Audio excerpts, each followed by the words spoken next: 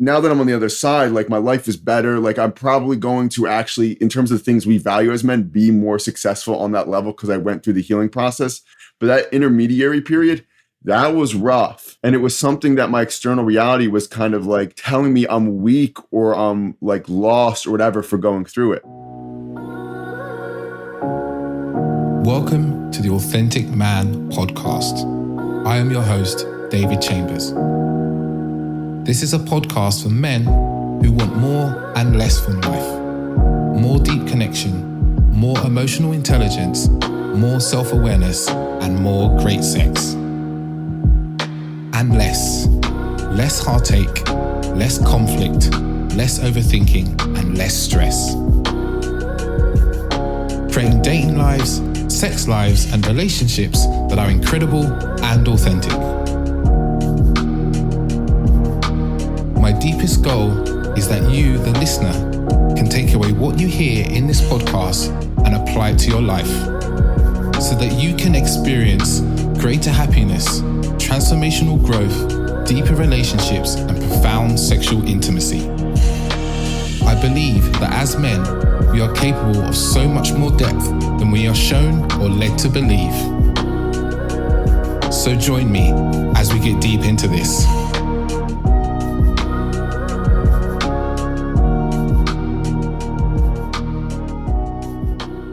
Welcome back. Welcome people to another wonderful podcast episode. And in this episode, I have joined by a wonderful man, Zack Alexander, who is a trauma-informed shamanic healer. And he'll go into what that means if you're not sure. And it's not as woo-woo as you might think. But this conversation is like lively, you know? It's a conversation that starts off with us talking about men and healing and the benefits for men for healing and awakening and, you know, really self-development, you could call it, and why it's so important for men and why men are resistant to it, you know? And we talk about, you know, how society makes it difficult for men to do this work. We then really get into some stuff around thinking and how we deal with our thoughts, our negative thoughts, our positive thoughts and so forth. And we buy into those and how to stop doing that.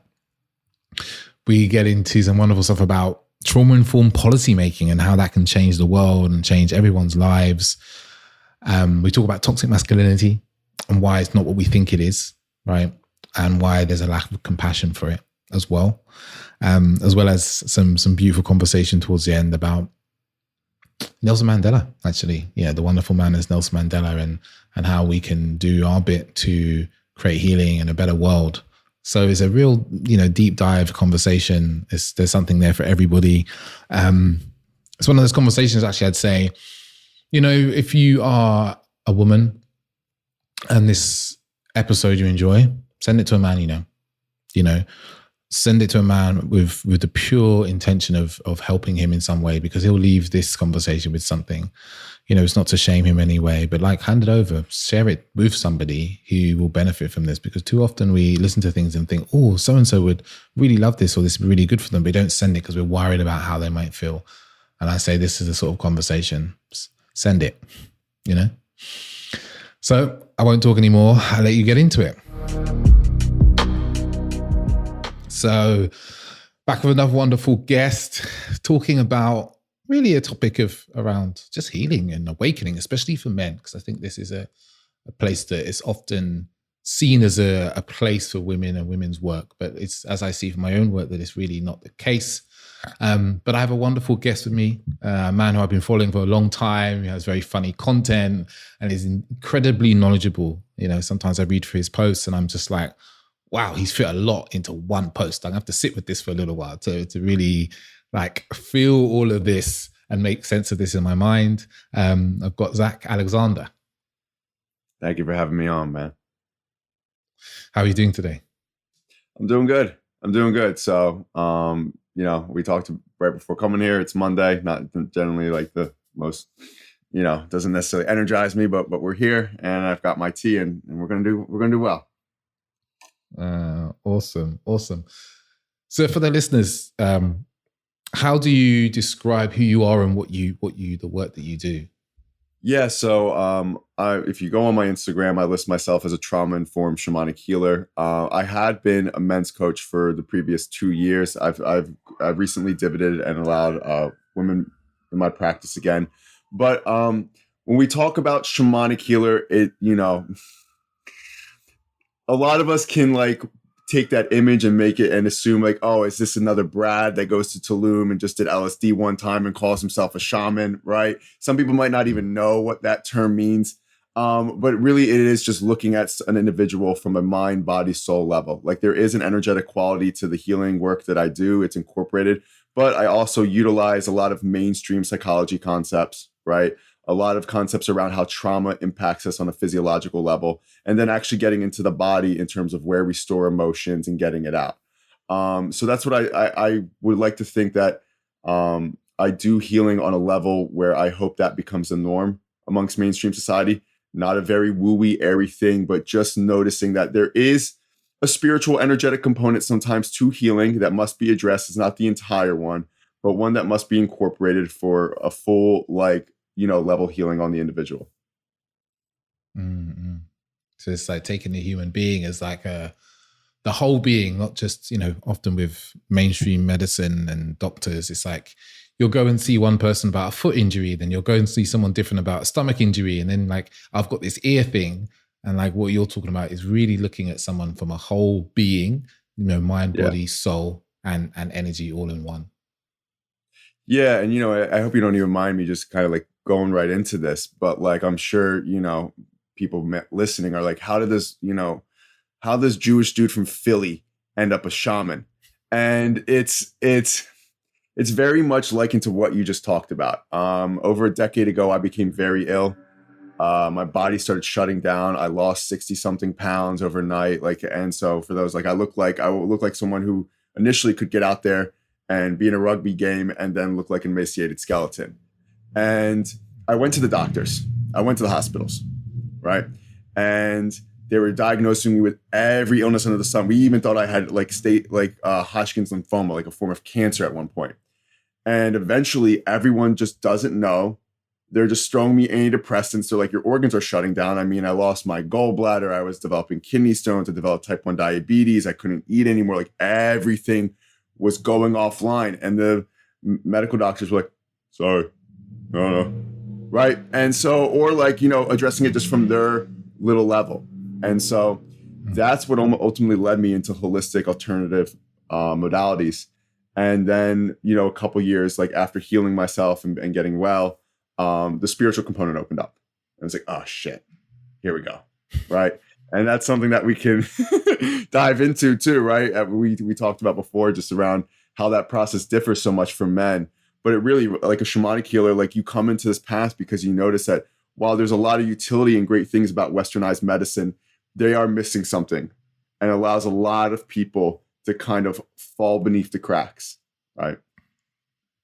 Yeah. They're kind of trapped in, there's a way to do it, and that's the only way to do it. And if it doesn't work for you, you can just, like you said, people just fall through the cracks and they don't know where to go. They don't know who to speak to. And they end up sometimes they end up in a really dark place because, they feel like there's nothing there that can help them. Yeah, no, definitely. And you have people just struggling with chronic illness years after years, taking different forms of medication just to cope with the symptoms rather than get to the underlying root cause of what creates the symptoms. The way that I show up in my practice and even online is that, symptomology is the body's response mechanism of alerting to us that something wrong. Like our symptoms are actually little markers to map out the individual, like what's going on, right? But our Western medical community sees symptoms as just something to mask, to numb, but that actually prolongs what's actually going, the real issue, right? And so the illness will actually just continue to develop and get worse and worse and worse. And we just throw more and more pills at it when it's like, shit, what's really going on underneath the hood of the car, right? And so that's how I look at, when we talk about shamanic healer, that's what I think we're really kind of delineating, like someone who really gets in and puts up the hood of the car on an individual and says, all right, oh shit, there's an oil leakage. That's why it's not running, right? Yeah. Incredible. And I know you mentioned there, and we we said it would be good to like really look at the process of healing and awakening for men, because, you know, I work with men. I know you work predominantly with men, or definitely did for a long while. Yeah. And it's easy to see that this kind of healing, this spiritual work is for women. You know, I as a joke, I sent one of my clients to, he went to like a cacao breathwork ecstatic dance ceremony recently. Yeah. Right? And it's something he's interested in. And he went there and it was him and 20 women, right? It was just him and 20 women, right? There was no guys there. And I see this, it's like I saw this myself when I used to go to various different types of, you know, breath work or cacao ceremonies or even ecstatic dance. It's just like this, you know, this healing work, or Reiki even, as I used to go to quite frequently. It's like, it's really, men don't really gravitate towards this sort of thing. And I wonder, it'd be great to start with is actually like, yeah, what do you think that men's resistance is to this awakening, to this healing work? Okay, I'm going to say something, and it's gonna probably upset people initially. Men don't come into this healing work because they're smart, and it's like, wait, what does he mean? Why would we? Like what? Like, and I mean this when I say that. I mean this. Society is not set up for men to heal, right?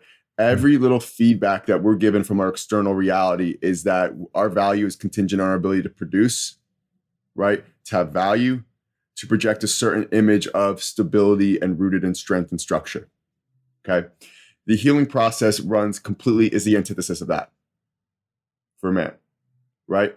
For me to really get in and heal the deepest things in me, like the universe had to do the most insane shit to like I remember I was like, they're like, you need to heal yourself. I'm like, yeah, get right. I'm at a fancy law school. I don't need to heal myself. I'm killing it. What are you talking about? I've overcome everything, right? Kind of a little bit of that Andrew Tate energy, right? And then they're like, oh, he thinks he knows. And then I just kept losing everything. I was like, fine, I'll do it, right? But even amongst that, I lost like all my friends, right? Like, the careers weren't panning out. Like I lost a lot of money by choosing to go inward for a little bit. Now that I'm on the other side, like my life is better. Like I'm probably going to actually, in terms of things we value as men, be more successful on that level because I went through the healing process. But that intermediary period, that was rough. And it was something that my external reality was kind of like telling me I'm weak or I'm like lost or whatever for going through it. So men aren't dumb. Men see this, they understand this, right? And they're like, why the fuck would I do this? Right? And then it's like the only thing that could get like very masculine oriented men in is they like fall in love with a partner, and the partner's like, hey, I'm rising up. You need to do this inner work too. And they're like, okay, I don't want to lose you. But in terms of like the actual way our incentive, like our reward system in society is structured, like our institutional structures, right? Like if a man were to call off for a mental health day with work, it would, I do believe, it would be perceived differently than if a woman did it. And so like, no, and I don't want to get into that conversation too much because that's multi-layered, right? But, we do live in a society that disincentivizes men to heal. Now, I'm not saying that's women's responsibility or fault. Like we have to, like, a lot of these structures are upheld by men. So we have to look at that and the nature of that too. But men, the awakening process is one that is set up where men aren't really able to get through it, unfortunately. All right. Yeah. It's like it creates, there's a disconnect, isn't it? It's like, why, as you said, men are smart. So they're like, okay, these are the things that I need to be a successful man, a quote unquote successful man, and to be prized in this world and to make money at work, to get praise from my peers, and to, find a partner, right? And those things are not healing. To get those things, the healing process doesn't immediately, as you said, look like it's going to lead you to that path of betterment. Yeah. So men will resist it and stay away from it because it's like, well, why am I going to do this? This is chaos. This is messy. Yeah. And I'm going to be like in a puddle of mud for longer than hey, I want to be, and my boss was going to think I'm a fucking idiot, right? Women are Yeah. going to think I'm a fucking loser, and I might lose a Yep. bunch of money and friends. Yep. So why the fuck would we do this?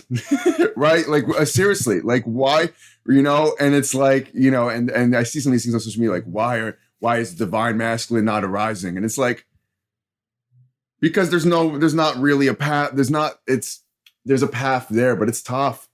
It's tough. And so this is for men to actively want to heal, it's gonna be a complete restructuring, like on like a fundamental, on the way that we perceive ourselves, on the way that society interacts with us. Like there's a fundamental change that needs to get on, that's so deep for this to be a process that men embrace. Got it. So that being said, yeah, there's going to be issues that men face in their lives that they're dealing with, that they don't quite know that the healing process can actually help them with, right? That can help them overcome.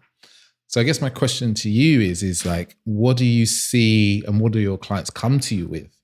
Like their problems and their challenges that, well, actually, that's it. What are the men that come to work with you? What are their problems and challenges they're facing? So, it's really interesting. So I remember when I switched to a men's coach, because for a little while, like I think 80-90% of my clients have been women.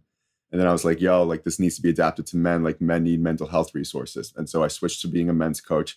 Around 90%, if not more than that, of my clients became men. A lot of them, first off, had succeeded, had high levels of success within our external reality, meaning they got the great looking, they had the partner, they had a lot of money, they got the promotions, right? And there was still something missing.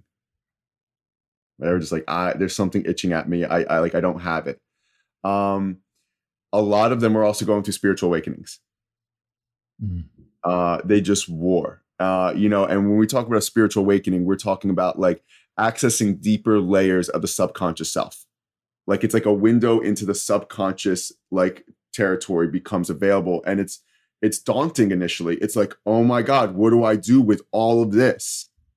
Right? I didn't have access to this. I didn't know this was driving me. I didn't know that society's not set up for our happiness and well-being. I didn't know every way that I was operating was really a trauma response to my own father. Like it's a window into the subconscious self, right? And then we also have even a little bit more, I hope you don't mind us touching into this, like the paranormal experiences of like, sometimes during an awakening, the ability to perceive things outside the five senses open up, right? Oh my God, I can feel this emotion off of Carrie at work. What do I do with that?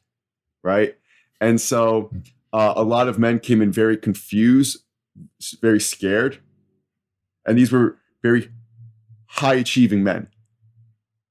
And so then it's like, okay, so women already seem to have a high aptitude towards the awakening process that men necessarily don't have. And so it really was taking it and applying it to them, having them understand what a dark night of the soul is, having them understand what like an inner child fragment of your consciousness is, and how like you're overly identifying with this like wounded inner child part, right? And the narratives that's spinning in your head, how to be conscious, how to observe your thoughts, right? And ground it so you can actually still excel and succeed in your everyday life.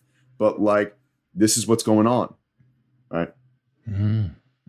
So I'm hearing there, it's like, if any man's listening to this, it's like whatever you're kind of going through, any challenges you're struggling with through work, maybe it's an ability to kind of connect emotionally, maybe even noticing that you have like high levels of reactivity to certain situations, right? Like emotional overreacting, like anger, overreacting, shutting down. But you, by all measures of society, everything looks great to other people, right? Yeah. From the outside, everyone would be like, oh, this guy's killing it, right? But then you have that sense and that feeling, which I know well, where everything does look great around you. And you're just like, but God, man, I feel like there's something more. And often as men, we'll feel that more with money and success, right? Because they're the things that we're told that the more we have, the happier we'll be. But we've done that for a while. Might have done it for a few years, might have done it for a decade. Yeah. And then you're still feeling this like, like, what is it? What is it that I'm missing? And that's like literally a sign of that there's some healing work for you to do. There's some awakening for you to do.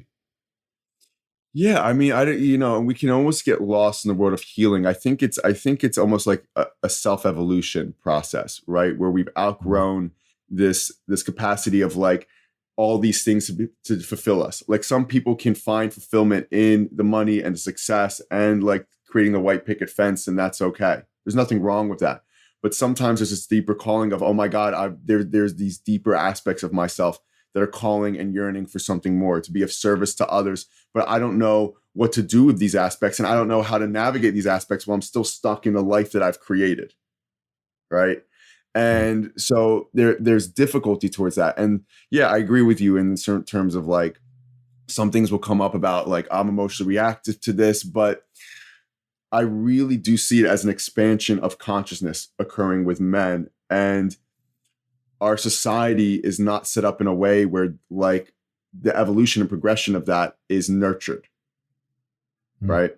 So that's what I was creating in my containers of like almost a little bit, I don't even like calling it a safe space because we went hard in a lot of aspects, but a safe space for this nurturing and this expansion of one's awareness as a male to happen, right? That was rooted in like our realistic society. You can't run, like we're not going to run away to Tulum or Bali. Not that that's not available to certain people, right? Not to get at them, but like, you still got a family, you still got to go to work. Like they're like, okay, like let's work within the constraints of like what's already your defined reality, but you're still expanding in awareness, right? Can you show up in your workplace in a different way now? Can you be even a more effective leader? Right? Can you show up as a better partner to your wife? Can you be a more conscious parent and not take the generational trauma that was occurring from your ancestral lines and projecting it onto your child? Can you transmute it within yourself? Right.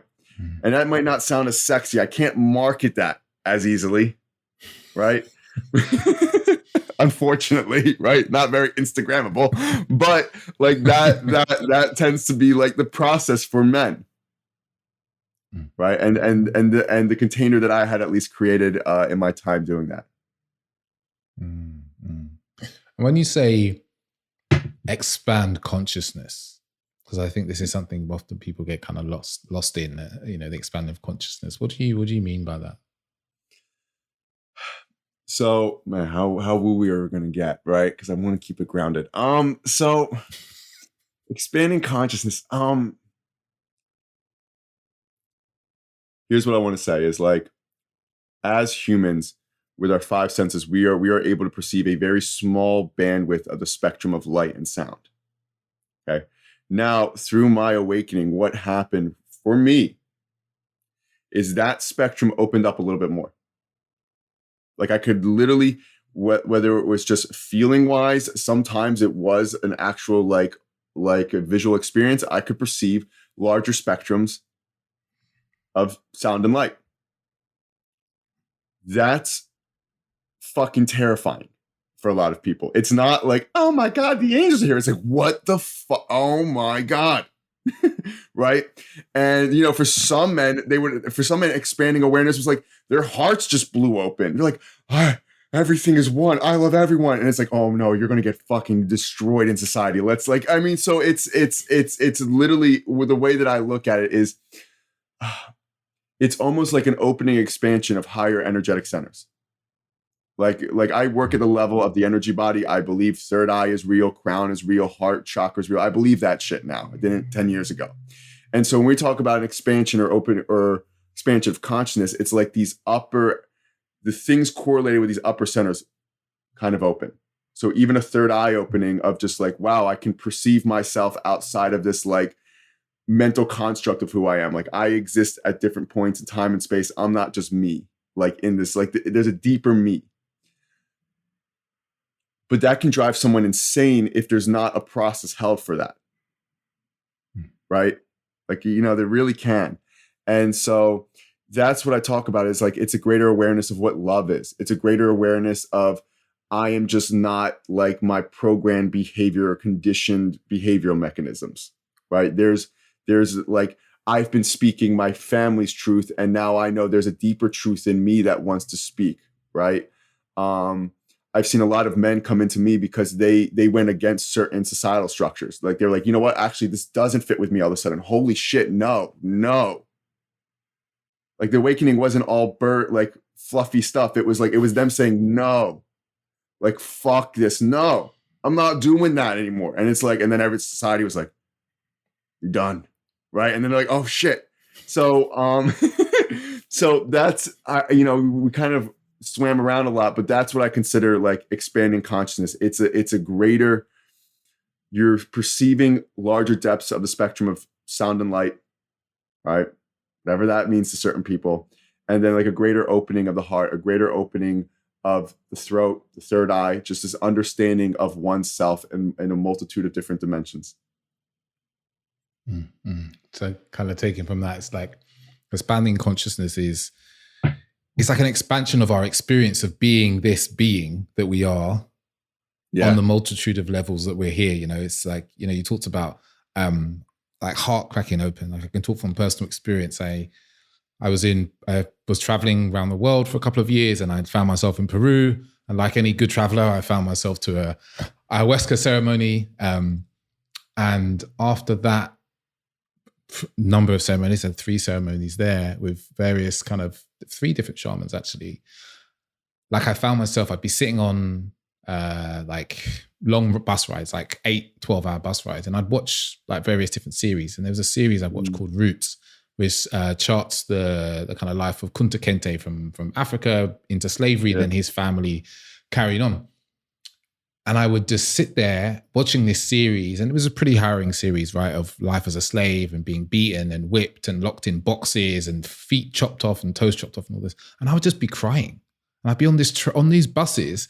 And I forget, I was in the bus in Colombia, and this man, I was starting to watch this series. First of all, he saw me like editing photos. So that was one of my things I did on the bus, editing photos. And I'd be like looking at these photos of beautiful scenes I saw. And like you were saying there, seeing more color and beauty was something that I really got. I was seeing more of the available field of light. And then I then watched this series and just be in tears, like absolute tears, because you could feel the horror and the pain. And I always remember this old man that was sitting next to me, and he just like at one point, he was like, you okay? You okay? And I was like, yeah, I'm good. And he like handed me some, like, it wasn't even toilet tissue, it would have been like kitchen tissue because it's hard and rough. And, I was really grateful. But me, like a year and a half before that, I'd have watched that series and like not batted an eyelid and felt anything about it, right? Wouldn't even really have felt too much in my body or noticed that there was a stirring of emotion. I would have just been like, oh, this is just TV, right? But in the moment when I was watching it there, I was like, fuck, this is my ancestors' life. These are the lives of my like great grandfathers, My family are from Jamaica. So it's like I felt far deeper into that moment than I was ever capable of doing before, because to a level I was just open to doing so. I wasn't as busy with the regular kind of societal distractions. No, I mean, it's like you're stepping into an awareness outside yourself. Like you're literally stepping into the experience of others, right? And as men in society, a lot of times we're taught like, just look this way, just look at yourself, get yours, nothing else. And then you have an awakening. It's like, oh my God, I'm watching, like I can feel my ancestors' pain through this movie, right? Like I'm able to really embody and experience the totality of something that is beyond me, right? And what do I do with that? Because that's healthy, actually. Like the experience you had was healthy, but it's one that our society looks at and says, here's a tissue, what's wrong with you, right? Yeah, doesn't have much time for, because I would say this to my clients, it's like men who feel a lot and perceptive and intuitive, they probably make really bad employees to start with, right? Because you can't do all that heartless shit that you might have to do, right? If you're having to cut yourself from feeling and connecting with other people. Yeah, in the long run, we'd all have better businesses if we were, but in a very cutthroat industry that many men kind of have to exist in, like feeling and intuitive is going to be painful for them, and in turn, make them bad team players. Well, yeah, and the reason I'm smiling is because I'm just remembering this, and those who've listened to some other podcasts with me, like my story was like I was at a top law program like during my awakening, right? And so like literally like I'm getting blown open from like a conscience level, and I'm still at like this prestigious like law school in the United States, and I they did not like me. Like because like I gone through my awakening and suddenly I just couldn't keep my mouth shut, right? So we'd go over these certain cases and they just would look at it from like a very factual level of like where was the defense? And I was like, well, what were the policy implications from that from 100 years ago? Like how does that like affect the way like, this whole thing with certain civil rights, like how did that affect like, and they would just look at me like, shut up. And I'm like, well, no, like this is like, we're not doing anything doing this. Like, what the fuck, guys? And like, everyone's just like, oh, he doesn't get it. And I'm like, yeah, because, and I see that a lot of just like, when we go through an awakening, we can't just be that like little factory worker anymore. Right. We can't. Or maybe we can fall back in line for some time. Right. But it's a challenge. I got my awakening made me someone who was an academic superstar to someone who would have been a terrible employee. And so I had to kind of branch out and do my own thing. Yeah, I guess I look at myself and, I spent 16 years working in tech. And in many ways, like a head came for me was during the pandemic when I was like working and I just felt I was depressed. I didn't realize at the time I was depressed, but I was just like, this is soulless. I'm just working for these people who don't care about how I'm feeling, right? They don't care about how anyone's feeling around us. And we're just doing this thing to make more money. And I was like, I also have this work I do on the side, this coaching and podcast stuff, which I really fucking like and enjoy, right? And feels deeply meaningful, right? Why am I not doing more of that? And I guess after the back of that, like saying that, question for you is, do you find with your male clients, as they do progress through their awakening, is part of the process for you also finding like a deeper meaning and purpose for them and their lives moving forward? Yeah, I've had a lot of my male clients, they up and left the corporate job after our container was over. Right. And then found something that was more meaningful, started up their own enterprise or just aligned with a company and business, right? That was a startup and more aligned with their vision and had a better workplace environment. Oh, it doesn't always have to be like, I found myself and I travel the world. It's like, oh no, like I want something more aligned with my values. And like, I can't take a corporate environment that really is not respecting us to this degree. But I've seen dramatic shifts and switches, in the way that men showed up in their lives. Like, I'm not that coach. It's like, you're going to make even more money. You're going to be even a more high performer. Like some of my men after their containers, like they made less money in a job that they found more fulfilling. Like that was actually the work. Like I said, can't market that as easily, right? Like Jerry's more fulfilled. He had to downsize his apartment, but he's more fulfilled. But like, right? No one's like, no one's gonna hear that or whatever. Like the Andrew Tate Hustle University crowd's not gonna come along with me. But but for the most part, like but that's what we got to, right? And it's just a more fulfilled self. It was this realization. Like some men got more wealth, right? Like this path looks so different for everyone else. It was just more being consistently aligned with what they truly felt and the little external stuff not mattering as much. Yeah, I feel that. I have a similar thing. I'm thinking of one of my clients who like now is, after the work that we did together, he has moved out of his own apartment, moved back in with his dad, and is like saving money every month so that he can move on to his next path in his life. And I'm like, oh shit, like that story is like literally the worst advert for working with me. Yes, after you work with me, you will leave your apartment, go live back with your parents and not really want to spend any money. It's like... Yeah, no, I mean, when you're doing this work, like really doing this work, it doesn't always make for the best promotional material. Like my life as a coach is horrible promotional material. Like, I mean, it's terrible. Like at one point I decided to move back to Philly because I grew up there, right? I wasn't in like Colombia with like, at a beach. I was like shoveling my car out the snow because I'm like, I just, I love Philly. I want to return to my roots. It feels aligned with me, right? Like I couldn't promote that. So this journey looks so different for everyone, and it can't always be screenshotted in a pretty post, And so I think when you're really rooted in this work as a man, sometimes it's a little bit difficult because the way that society tells us we're succeeding or we're valuable doesn't necessarily fit into the evolution of growing oneself and expanding oneself. Definitely. And it doesn't fit in. And I'm thinking of something. I wonder if you've seen this as well. Like we have this idea in the West often of like midlife crisis for a man. Mm-hmm. And what is it? I don't know what the standard age for that. Like I imagine it's between 37 to 47 maybe is like the average time for midlife crisis. And I have a lot of clients come to me actually in that age band. And there's a point where they've come to me and said, "Oh, I'm going through a midlife crisis." Like, they're and I go to them, "Nah, man, you're going for a midlife awakening, right? Yeah. You're awakening to all the bullshit that you believed about who you have to be, who you need to be in this world to be accepted and get love. And you're starting to realize that you don't need to be like that, right? Whether it's for some of them, it's that they have, they've lost a relationship. That's a common one. Yeah. They come and they're like, I did all the things. I was the man. I provided. I did all that.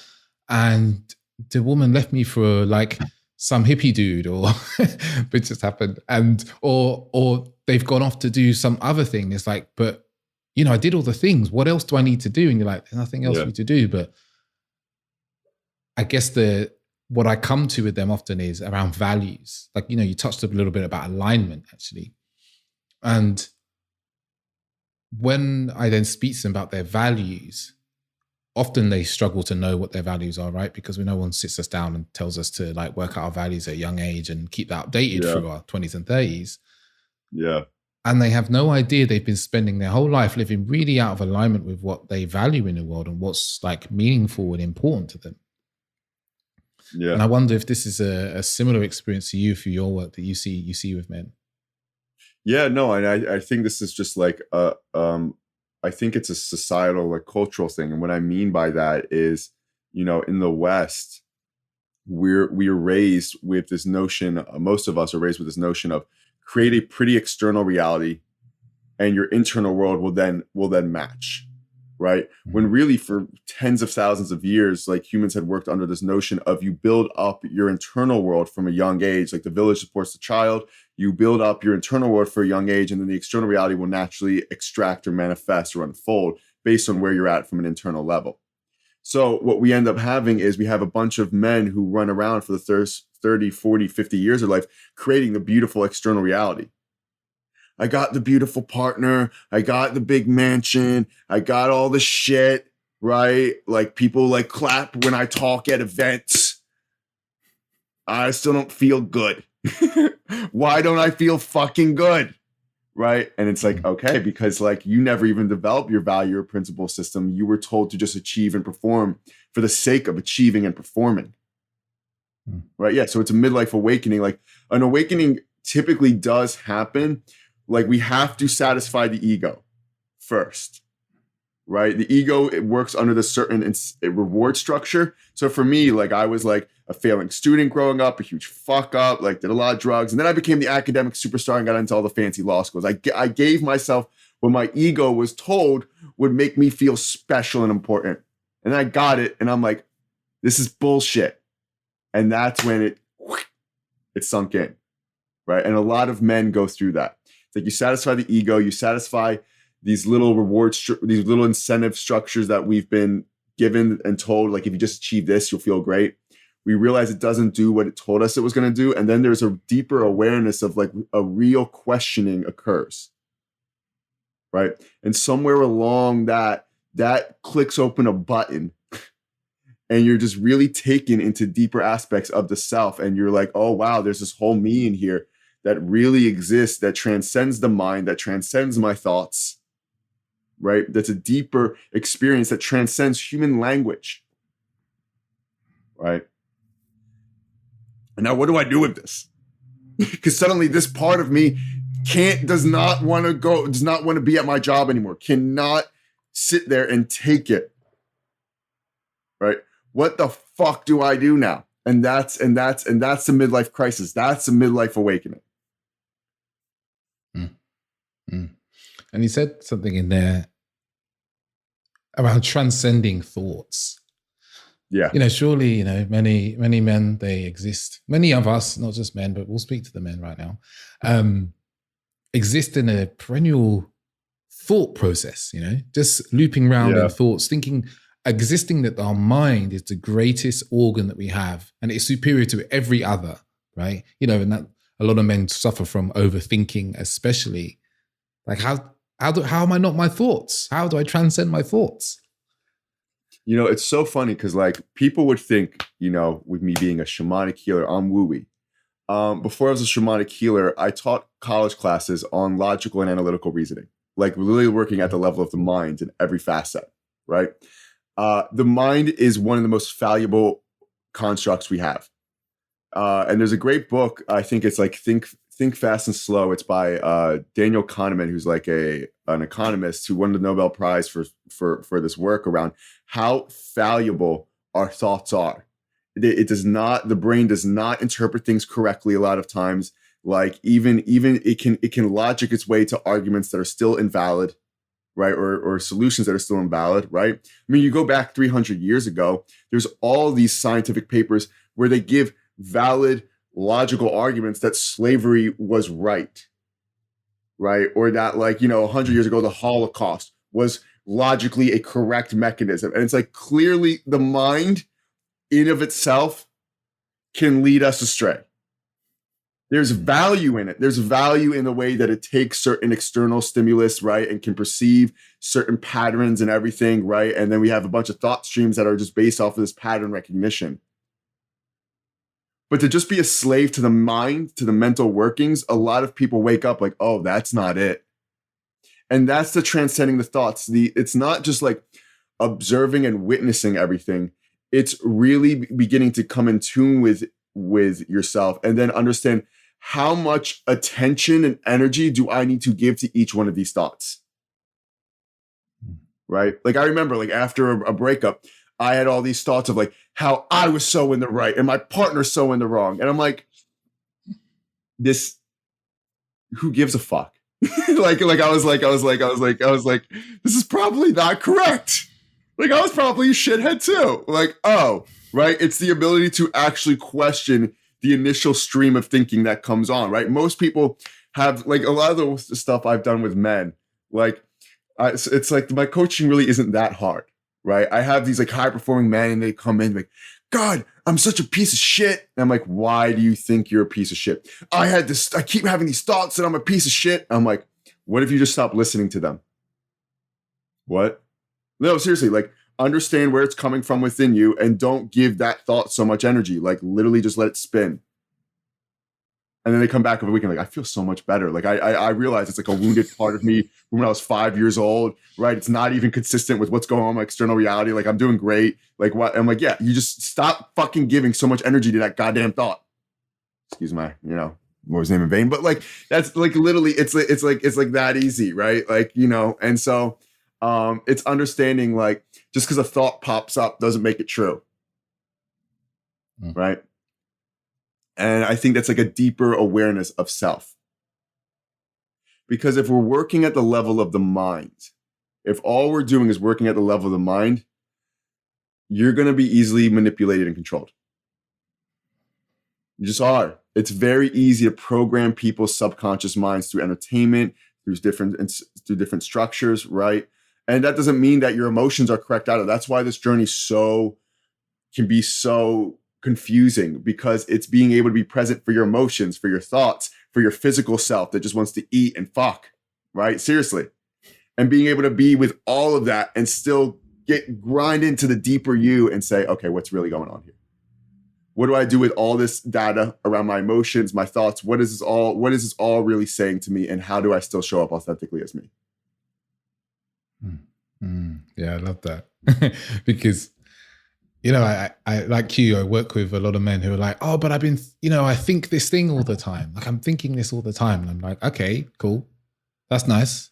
Like, and sometimes I'll use really ridiculous ideas. Like, so if I told you to think that you're an ice cream all the time, would that suddenly make you an ice cream? And they're like, no. I'm like, but can you see how what I just said is stupid? They're like, yeah. And I'm like, can you see how what you think a lot of the time is stupid? And they're like, I guess so. But in the moment when it's there, it feels so real. I'm like, this is the work. This is the work. You start to notice that in the moment when the thought tells you that you're a piece of shit or, no one, I do a lot of work with like dating and relationships. So it's like when that thought that comes up that says that no one finds you attractive, I want you to interrogate the shit out of that thought. Like, how true is that? Like, I sit with a number of clients actually, and I've spent an hour and a half on this singular idea. Like, I'm not attractive. I'm like, okay, got it. Where did you first hear this? My mum said something when I was 5 years old. Got it. What did she say? What do you remember her saying? And it's like, she said I didn't look nice in something I was wearing. Got it. And you interpret that as that you're unattractive. Yeah. But what you're actually saying is she was talking about the clothes and not you. Yeah. Got it. Oh, but then I've had loads of other evidence to back that up. What's the evidence? Tell me about this evidence that you have. Oh, Jenny, when I was 7 years old, she didn't want to talk to me. And then Jack, when I was like, 12, he pointed at my nose and said all these things. I'm like, are you sure that's what happened?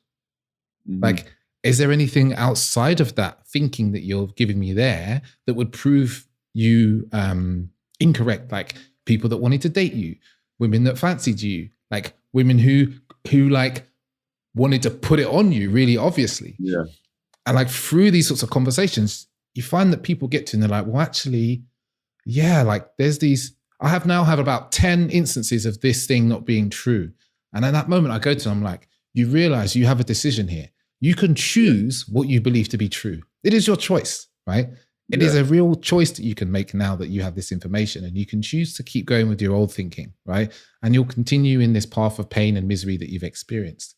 Or you can take up a slightly different position and you can choose to just step back from that and go, well, what's going to serve me more in the life that I want to create and who I want to be going forward? And like, that can be that conversation there can be an incredibly life-changing conversation if we hold on to that and like keep coming back to that as a kind of modality of dealing with our thoughts. No, it's great that you brought that up, and I'll actually use a own personal anecdote from my life, and it's really funny because sometimes this process doesn't always have to be so deep, right? I know for me, like a couple years ago, I started getting this internal feeling like that I'm ready for like a partner, right?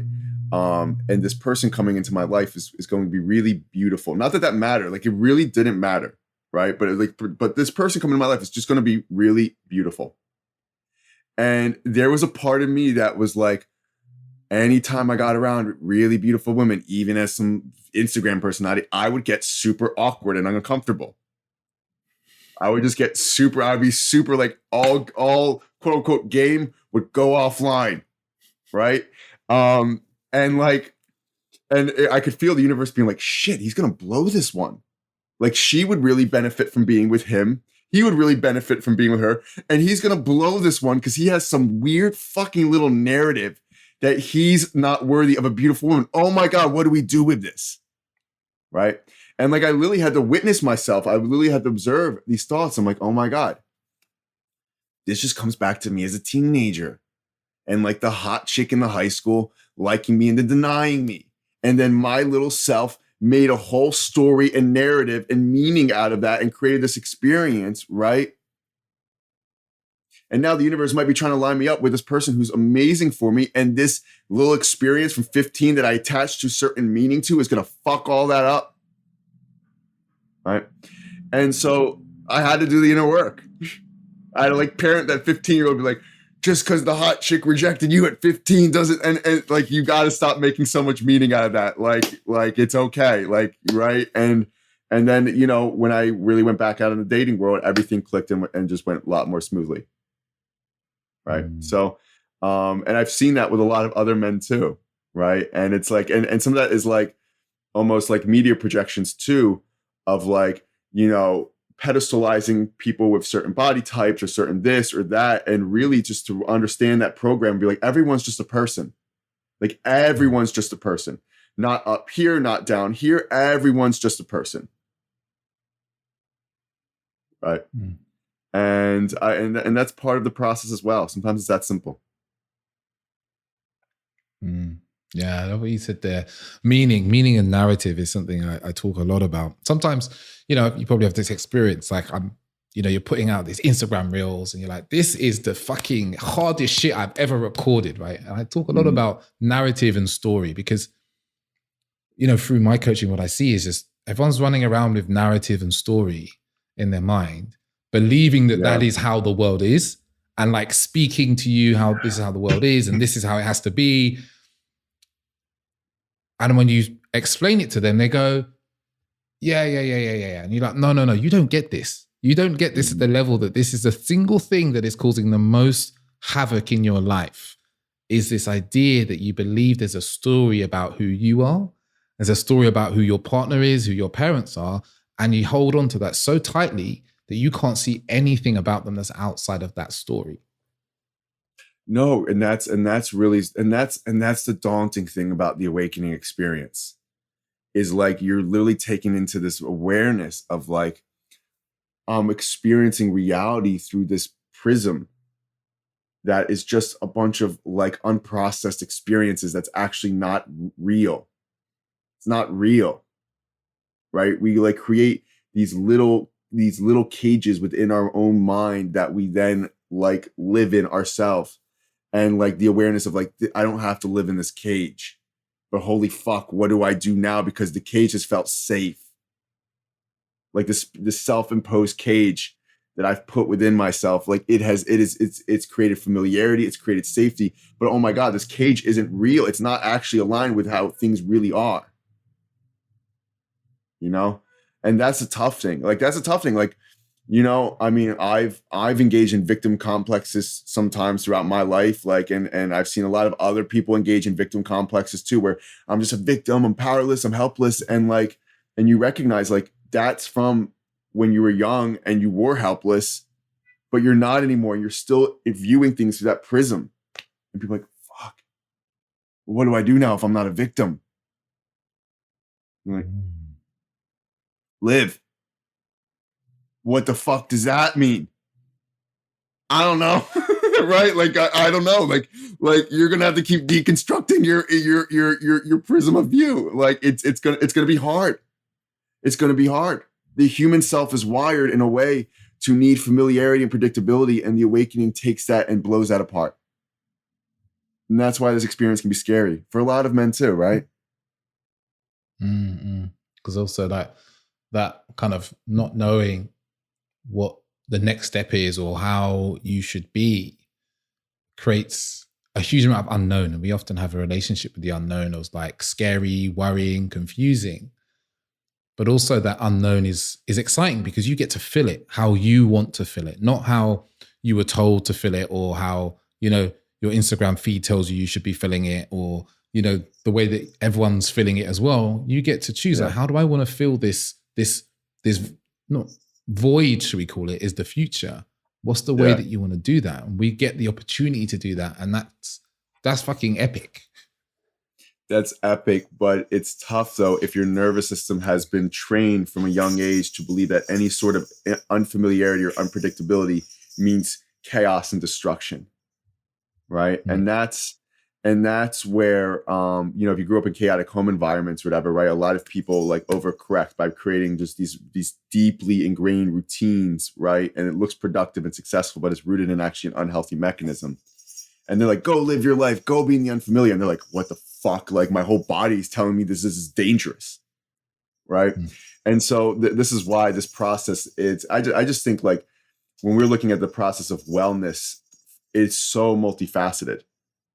Because even working with someone at the level of thoughts of like, it is limitless, their bodies need to catch up to like, that's actually a good potential. Their bodies may have been trained to close up and contract to unpredictability. Right. So, there are certain people that I think. Oh, sorry, my cat's like going crazy in the background. I hope you don't mind. He's making like these fucking noises. But should have closed the door. But there are certain people where like we like this really amazing nomadic lifestyle where they're hopping around from country to country. Their bodies and minds would be like, that's unsafe. Like they just because of what the stimulus their bodies and minds have been given from growing up. Right. So that's why this process has to happen at so many levels. And how do we, you talked about the body there. How do we do that at a physical level, especially in the case of where we feel unsafe in situations that are perfectly safe, but our body has the very real, very visceral experience of not being safe? Yeah, and so that's why, like I'm going to emphasize it even more. Like this, that's why this awakening process is so fucking confusing, because you can literally come into like a plant medicine ceremony. Let's say do ayahuasca, and come into this awareness of I'm all one. The world is beautiful. Everything's great. And your body is like, fuck this. No, everything's scary. Everyone's bad. And it's like, and these two conflicting states of consciousness bashing up against each other. And that's why like so much of the work sometimes is creating that somatic awareness of what does it feel like to feel into the root of your spine. We don't even need to do Wim Hof big exercises. What does it feel like to just slowly feel into the root of your spine? Dude, I can't even feel in there. Okay, good. Knowing that we can't even feel into a certain part of our body, that's a huge step forward. And then we start wiggling around. Can you feel? Yeah, it feels very blocked. It feels very dense. Okay. This is the area of your body where you find safety and you can't get in there. So let's work a little bit. And then the person slowly will start revisiting certain like visceral experiences. Like I remember when I was 9 years old and the kid was beating me up and I had to freeze, but I needed to fight back. I needed to fight. And I'm like, okay, fight back now. And they're fucking punching and they're like, and the body's releasing that energy. It's releasing that stored energy. Right. And so that's why like you need to find like the unprocessed experiences held within the body that conflict with this greater awareness. Like this awareness of everything's one, everything's great. The body has all these stored up, unprocessed experiences that say otherwise. So let's get in there. Let's feel through it in a safe way, release it, and then give things in your external reality that start reflecting back to you that you're safe now, that the world is limitless, right? Like that's why sometimes we can't heal always in the environments where we're deeply traumatized, because you'll release it, but then you'll just be reflected the same thing back and you're just spinning in a circle, right? So that's why it's getting in the body, releasing, and then hopefully having something in your external reality that shows you this is no longer happening. You can be with your emotion and there will be space held for it by your friends. Your friends aren't like your narcissistic parent, right? So it's a tough one, man. This, like I said, does not sell as well on Instagram. I'm still trying to find how I promote this appropriately, but this is where it's just not that sexy right now. No, it's like what you said there is, it's like allowing ourselves to feel the lack of safety in a space that is safe, right? Yeah. So that we can experience that lack of safety as to release that lack of safety, right? And then, as you said, to have the safety reflected back at us in those instances. So we're like, oh, that feeling I had there was an old feeling, an old embodied experience. And I'm going to release that. And I'm going to now connect with my new current and present embodied experience, which is safety from friends and family and work and job, or, whatever it is, right? But it's having that safety around us. And, men like yourselves provide that space for men to reflect back, have that safety. Like, when you witness a man beat the shit out of a pillow, right? Yeah. Because he's imagining that it was his father who taunted him, who mocked him or beat him. Yeah. Right. To have a man stand in front of him and go, I see you. I'm not scared by you and I'm not ashamed by you. I revere you for letting go and I'm here for you. Like that, and in and of itself like heals a man and allows him to move forward in his life, to maybe express anger or displeasure or stand up for himself and what he wants and what he believes in. And, you know, that's really fucking powerful shit. Yeah. No, it definitely is. And that's a tough thing to really convey, is like, because we're able to put, like, I would hope so, create an environment of non-judgment, right? And like, you know, being able to see and understand, that's what allows these men to like come into these experiences of all these unprocessed wounding showing up, right? Because it's that amount of safety that creates the ability to now go in and experience the unsafety you've been unable to process until now. Exactly. And I guess I'm thinking of like some of the men's retreats that have popped up. Like I've done one, I've facilitated on one, things like, you know, Sacred Sons, and why that has become so popular. Well, it appears to be popular in my lens of the world. Yeah. Very popular, because it does actually give men a space to release in a space, in a circle of multiple other men who will love and accept them as they are in that moment, and have an experience that they've maybe never had. Like maybe they talk about sex in front of a man and his deficiencies or struggles or challenges, or express rage or sadness and tears, or it might be to allow himself to feel weak, but to always be reflected back this sense of, you are accepted, you are loved, you are one of us. And that is a profound experience for men, because, you know, in the rest of the world, if you were to be a man and break down in tears in, I don't know, a train station somewhere, you know, in most Western countries, you know, most people would either just ignore you, or, you know, they would look at you with some sort of disdain, or there's something wrong with you. You wouldn't get someone come up to you and go, brother, thank you for your expressing. I love you. I appreciate you. Well, yeah. And, you know, and it's like, you know, it's really, sometimes this process is interesting when it comes to men, because I've had men come into my container who've just been like, who come in and they assume it's like this big issue of like, God, I've been having these one night stands and I can't get hard. Right. And their brains take that and make so much meaning out of that, or whatever, like that they're wrong or they're bad. And I'm like, well, do you get hard in intimate relations? Like, are you able to perform in intimate settings where you've known the person? Yeah.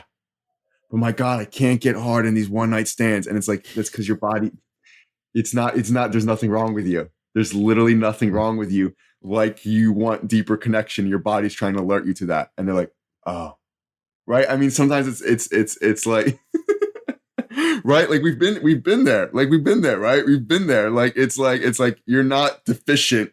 Like, just listen to what your body's trying to tell you. Right. And so, to have a man be able to reflect that back, right? Like, these are the issues that men face that we don't necessarily see, like, really shown on social media or you know, in the things like that. I think Sacred Sons does a great job of creating an example of what these containers can look like. I've been a part of a men's community. It's small. It's a little bit smaller for the last 4 years. It's been very healing and beneficial for me. And that's so much of the process is like we have to like de-shame like natural occurring like emotions and feelings for men amongst men.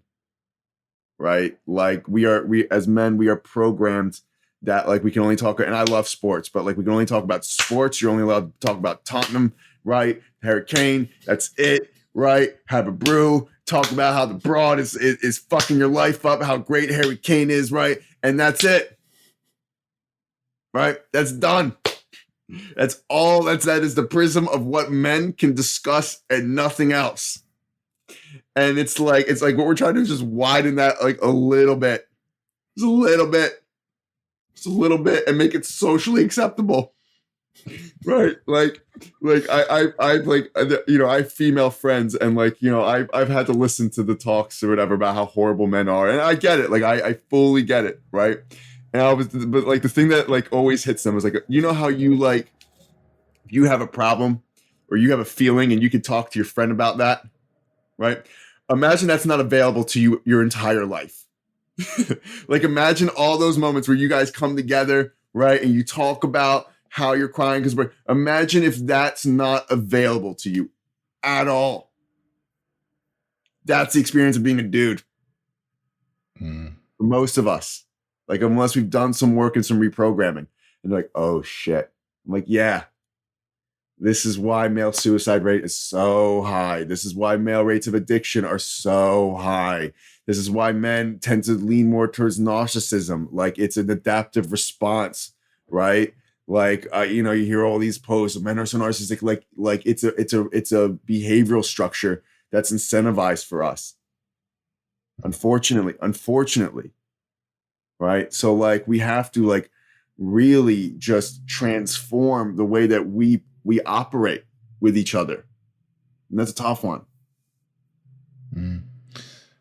It's to say, a conversation I had with someone recently was like, we were talking about toxic masculinity, right? Mm-hmm. And I was like, toxic masculinity, really, the more I deal with men, the more I work with men, I see is men who just have unprocessed shit, right? That they don't know what to do with, right? And they have listened to how society has kind of programmed them and just operating on that way. Yeah. Like, you could say, well, men are traumatized, right? And they're just trying to do something with that. And unfortunately, they become perpetrators of trauma to other people through trying to, like, move through that in a way that isn't necessarily healing or beneficial to themselves or the world. Yeah. No, I'm with you, like, 100%.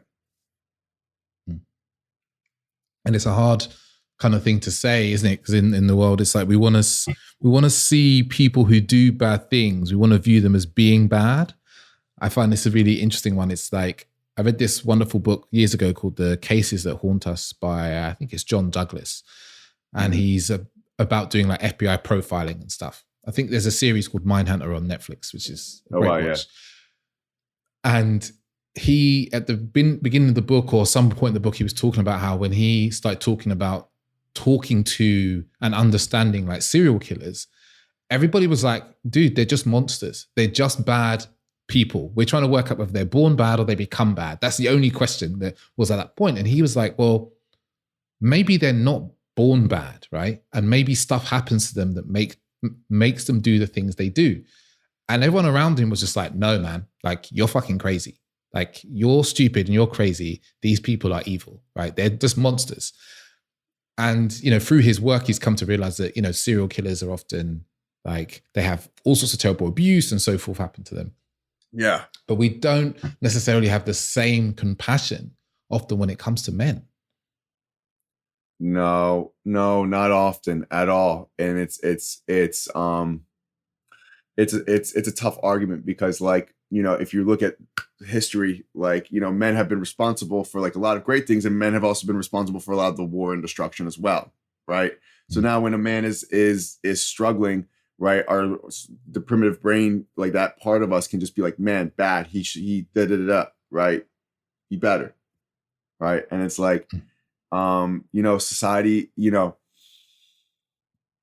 there's a lot of ways that society is set up that is tough for men. Not every way, but it's really tough. And we are more disconnected from our internal world as a result of our societal structures that we've created. So it's a tough one, right? It's a tough one. It's a tough one, right? No one's on here telling that all women need to go boo-hoo for us now, but it is difficult for men to slowly begin to step outside and rewire that programming of, like, we're all bad or we're this or whatever. I mean, most serial killers, you're right, they were traumatized from the ages of 0 to 4, right? And that ability to be compassionate or have empathy just goes fucking offline, right?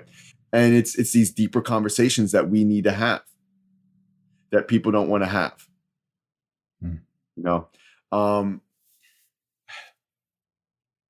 Something being like, oh God, I don't know why I feel called to, like, jump in this, but I do. Like, something, like, it's very important. Like, sometimes in the spiritual community, like, everything just is there have to delineate right versus wrong.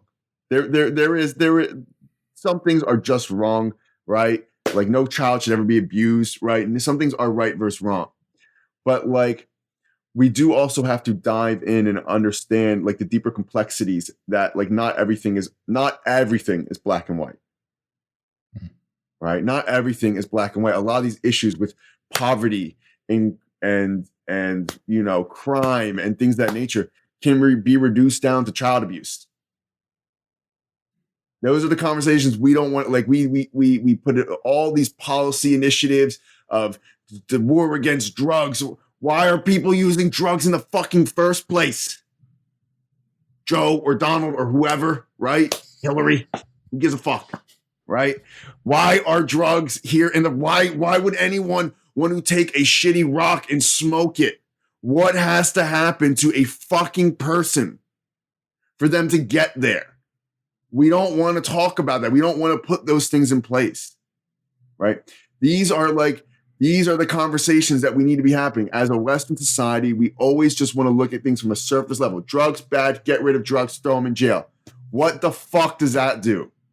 I'm sorry, I'm going off tangent, but this is real. This is where the awakening stuff, like we always talk about awakening sometimes at the level of like, wow, I really want to go to that tropical location now. And that's a part of it, right? Like that's available to you.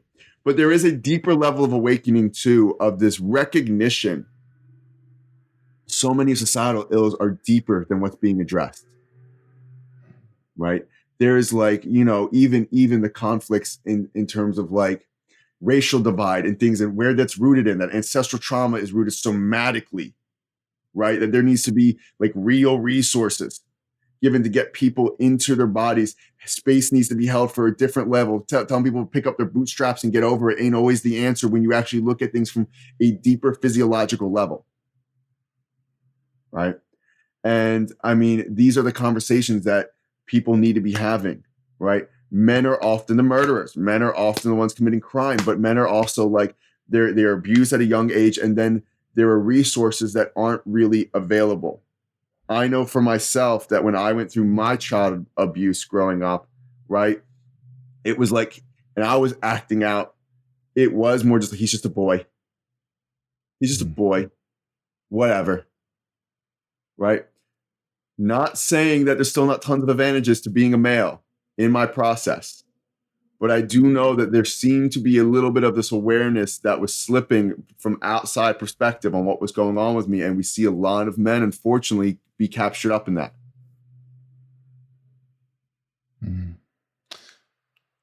I was thinking there to something you said. It's like, as males, we have privilege. Like male privilege is a real thing, and some people will debate that. But it doesn't mean that males don't have problems and that men don't struggle and have trauma, right?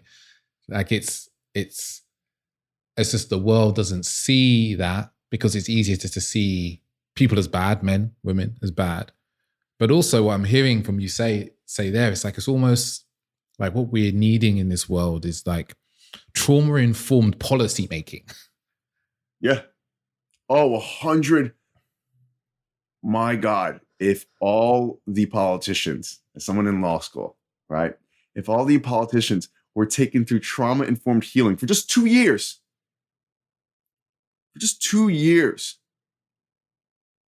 it'd be a lot. Oh my God, conflict resolution. There wouldn't be all this political gridlock, right? Like, I mean, they would be like, well, we need to get the money out of this shit. Like, we're all running on fight or flight mechanisms. We can't perceive things possibly because we're always looking for the next dime from donors. And like, they would literally be like, we're not even bad people. Like, we're just traumatized and we're trying to make mommy and daddy happy, right? Like, I mean, like if you actually read, like, this is even with Obama. Like, if you read their biographies, it was like this deep yearning to be loved by mom and dad. Like, just as American politics, but I think this is a great way to, I want to divot here. Like, Barack Obama and George W. Bush have the same father wound. Like, they have the same, they literally have the same father wound. Like, of course, we could argue, I don't know, even when they were in office, they kind of did the same shit. They just bombed the Middle East like crazy. But like, they both were different political parties, but they were both like, you could read this, like, this rejection of the father and this deep yearning to be loved and to succeed. Right? God knows what could have happened if they got more therapy. Not that they're not great men potentially or whatever. I literally do not want to get in that conversation. But like, as a whole, I mean, Dick Cheney was too far gone with him. But as a whole, what would happen if this awareness pervaded every aspect of society?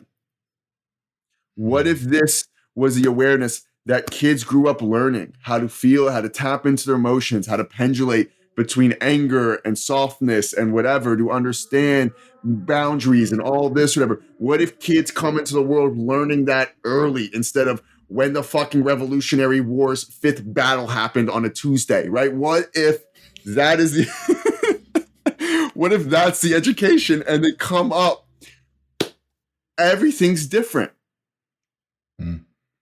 Everything is different. And I think, you know, I want to say this because you're in this sphere too, David. And like, sometimes I didn't choose to be a coach. And I think there's this awareness that is misled on social media.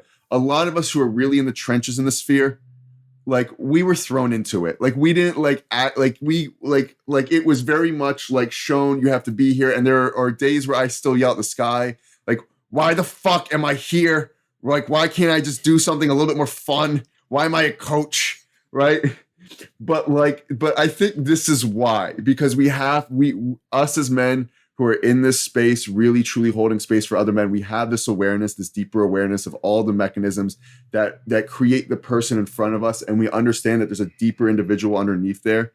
And if we can get this awareness to all areas of society, that's how the actual change that people are craving for in our world occurs. One step at a time, one Instagram caption at a time.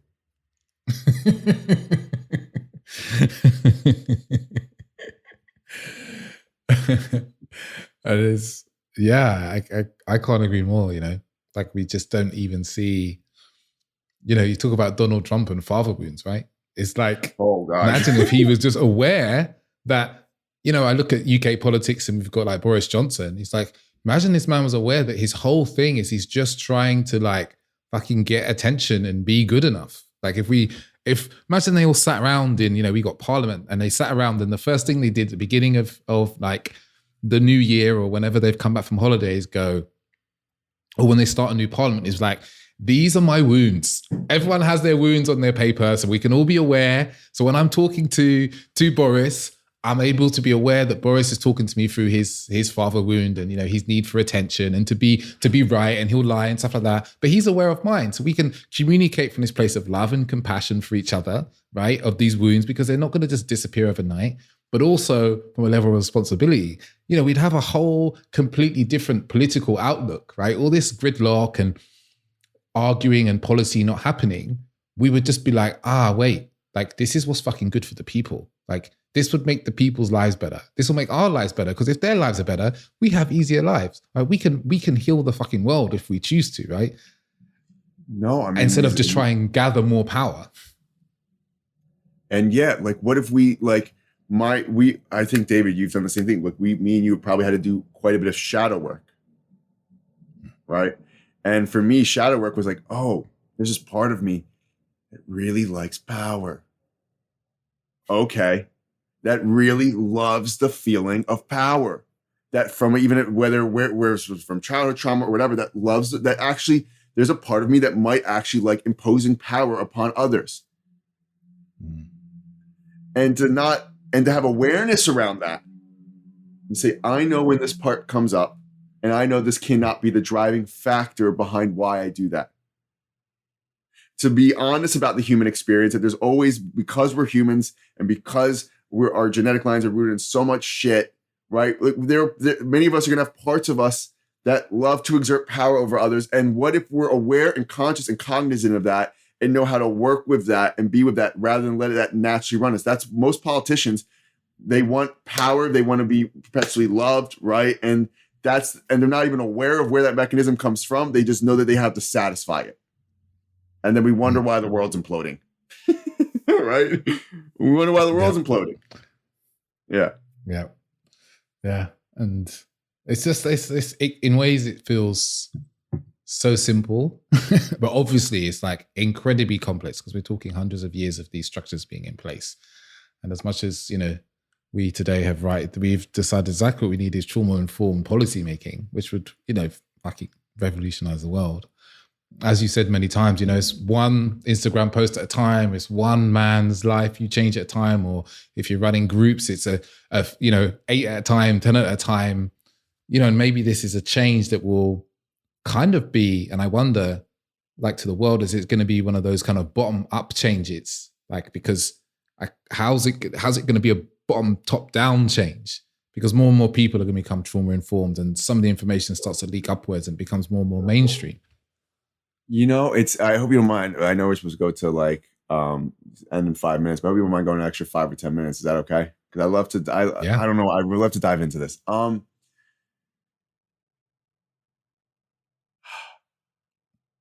How do we get this in a top, bottom, or bottom to top? I don't know. Like, I don't know.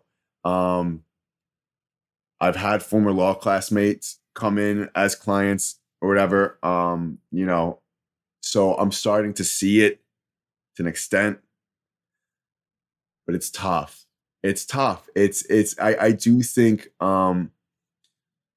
the more and more that people like, I just think it's going to be bottom to top, to be honest with you. I think it's going to be bottom to top. And what I mean by that is like, I'm a big fan of holistic psychologist, not, you know, and with the holistic psychologist, 6 million followers and puts, you know, just doesn't post anything that divisive. It's like, you know, learn how to be with your emotions. Right. And that awareness, like amongst everyone, right. Suddenly people start seeing the bullshit in the political world. They just they feel the energy off a politician when he comes in, right? I don't know if you know. I know you're in the UK, but like if you know who Anthony Weiner was in the US, like people could have been like, "That dude's a creep." Like I feel it off of him. I've been doing the inner work. My clairsentience is high, right? He's a fucking creep, right? And so we don't have to have a huge thing 2 years down the road.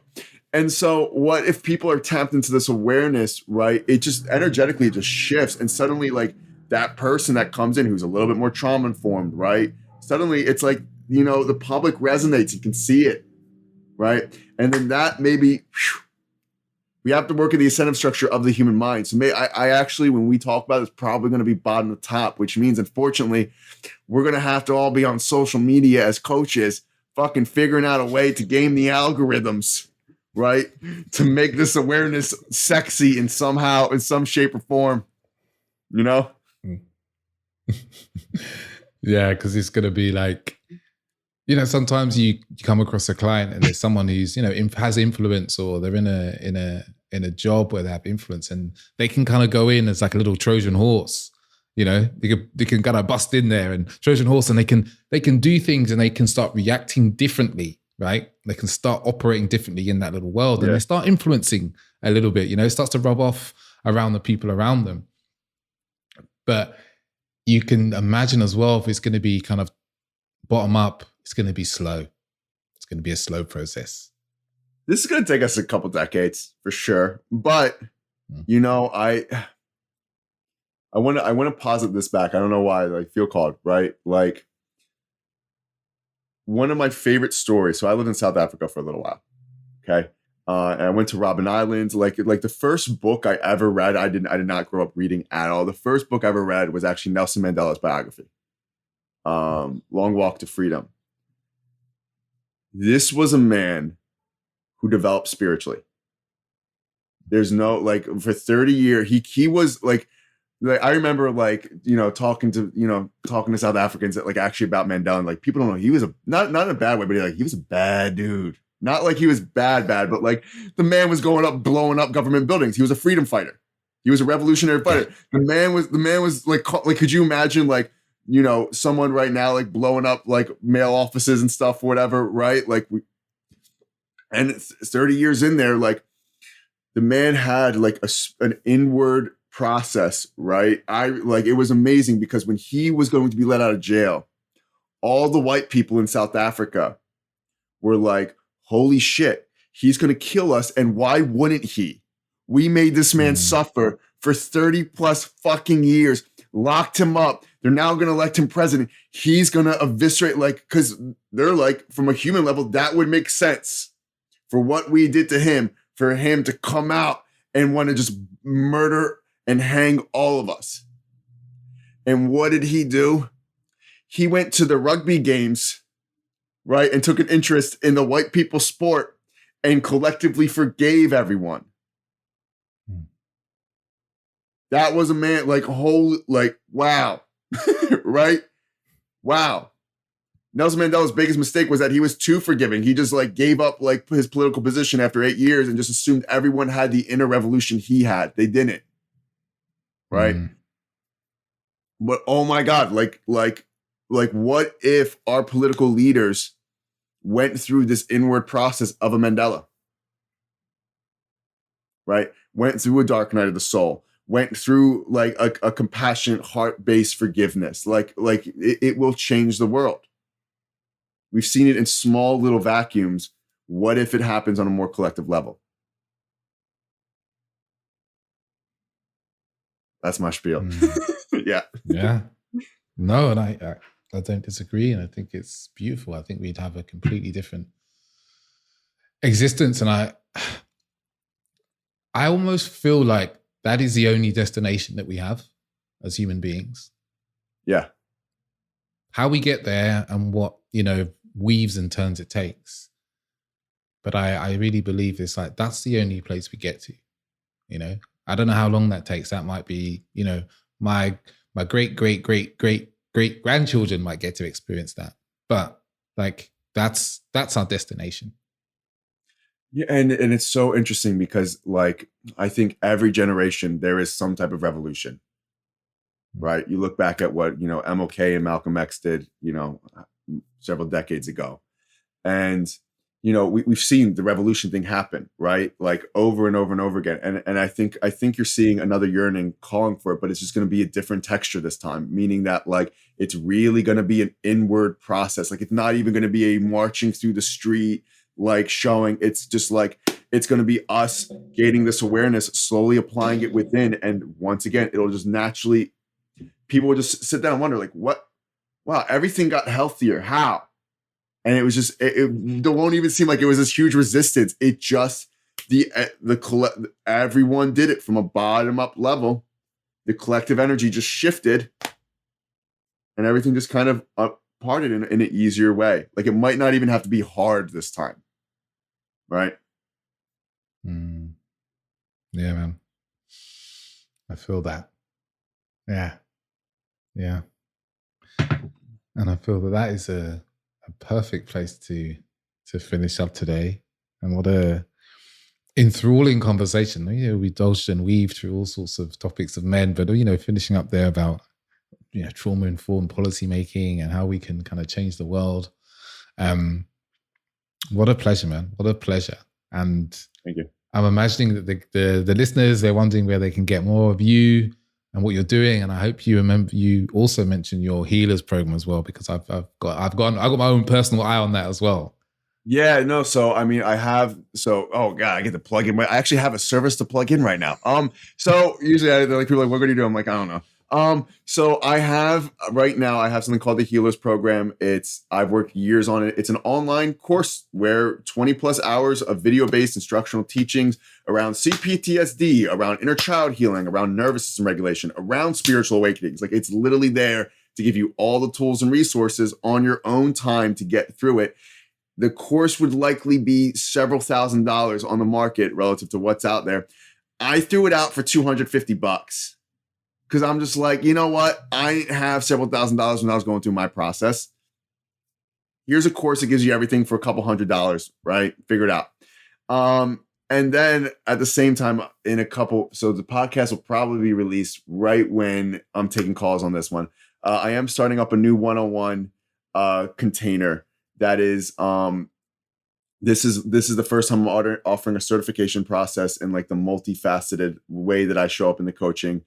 It's a mixture of one-on-one sessions over 6 months, group coaching sessions, right? I plan to bring in a licensed mental health practitioner as well, who's worked with me extensively. So we're basically trying to bridge the gap between the wellness sphere and the mental health sphere. And so we're going to utilize the online coursework, one-on-one sessions, and group coaching. So I'm taking applications for that now. And so if that's something that for whatever reason pings an interest, we've got, as of the recording, got 12 more spots open. And yeah. Awesome. I will be adding in links to all those bits and pieces in the show notes for people to find. And also your Instagram handle. Oh, Zack. So it's ZAC. It's my name. Not something that sexy. So it's ZACK Alexander, right? I spell my name Zach with a K at the end, and _. And you'll find me. And I'm on TikTok too. If TikTok's your vibe, same name, all over there, right? You get your fucking 90-second videos of me just talking about shit. Awesome, brother. Thank you, man. Thank you for coming on. Listeners, I'm sure if there's something you've learned from today that both of us would love to hear about what that is and how that's changed your life, your perspective, and how you're putting that into action, because there's nothing better as a coach really than hearing people take what we've said, take what we've taught and teach, and actually put it into action to make changes in their lives. So, don't be shy about reaching out and telling us what's shifted and what's changed for you. But until next week, people, ciao, ciao.